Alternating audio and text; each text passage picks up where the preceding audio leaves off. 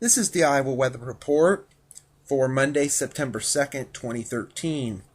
Now our first look at the 0Z GFS Model Run.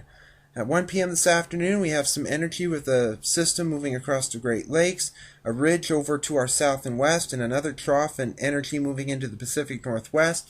The northwesterly flow is going to keep temperatures fairly cool today, with highs in the 70s to lower 80s, with a light wind and mainly sunny skies.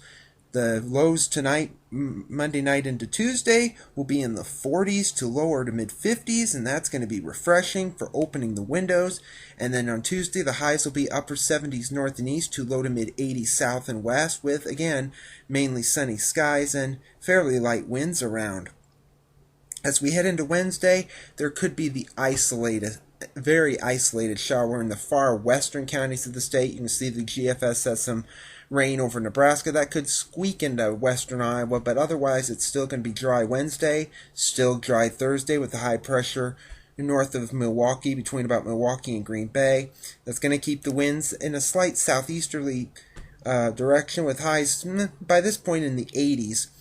But then they turn to the south and west here on Friday, and that could boost the temperatures maybe a few more degrees, maybe mid to maybe upper 80s. It will be dependent on the amount of moisture. If we have a lot of moisture, it may tone the temperatures down. And then you can see a frontal system will be close by this point next weekend that could be bringing some isolated to scattered showers and thunderstorms as high pressure to our north begins to nosedive in.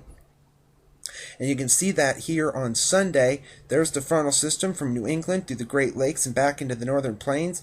The high pressure over northwestern Ontario trying to nose into the Great Lakes, while we have the warm, humid air trying to bump up from the south and west. And that looks to even continue here into a week from today, next Monday. A 588 ridge trying to nose itself in. Some energy with the area near the tri-states, another piece of energy moving near Winnipeg and Manitoba, and this will congeal into a fairly decent storm system with some showers and thunderstorms.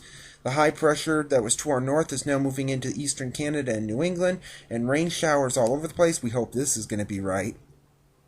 Going into the extended period, pretty much the main storm track is back in Canada. We have a ridge, well, not a real ridge, but it's centered somewhere around Arkansas at this point. And with that, that's going to keep a lot of the warmer weather, and pretty much the afternoon and evening showers and thunderstorms to our south will be mainly dry with seasonal ratings in around 80 or maybe the mid to upper 70s.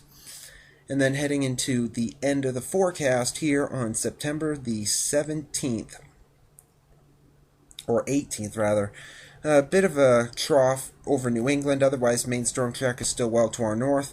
And this will mean maybe a few showers just to our east, maybe a tropical system off the Carolina coast, North Carolina coast, and temperatures still remaining near seasonal levels, maybe a skosh warmer than that, with highs maybe around 80. Looking at the satellite image from last evening, we had a few showers and thunderstorms over Michigan down into just south and east of Chicago, some showers and thunderstorms over the Red River Valley into Arkansas, and some diurnal showers dying out in the southwest. Watch warning map from last evening, some flash flood watches over New England, also across the Intermountain West into the desert southwest, and fairly quiet elsewhere across the country at this time. And the QPF chart precipitation over the next 5 days through Friday evening at 7 o'clock, showing most of the rain you see in western Iowa will be with that very isolated chance at midweek. Otherwise, it's mainly going to be fairly dry across the area.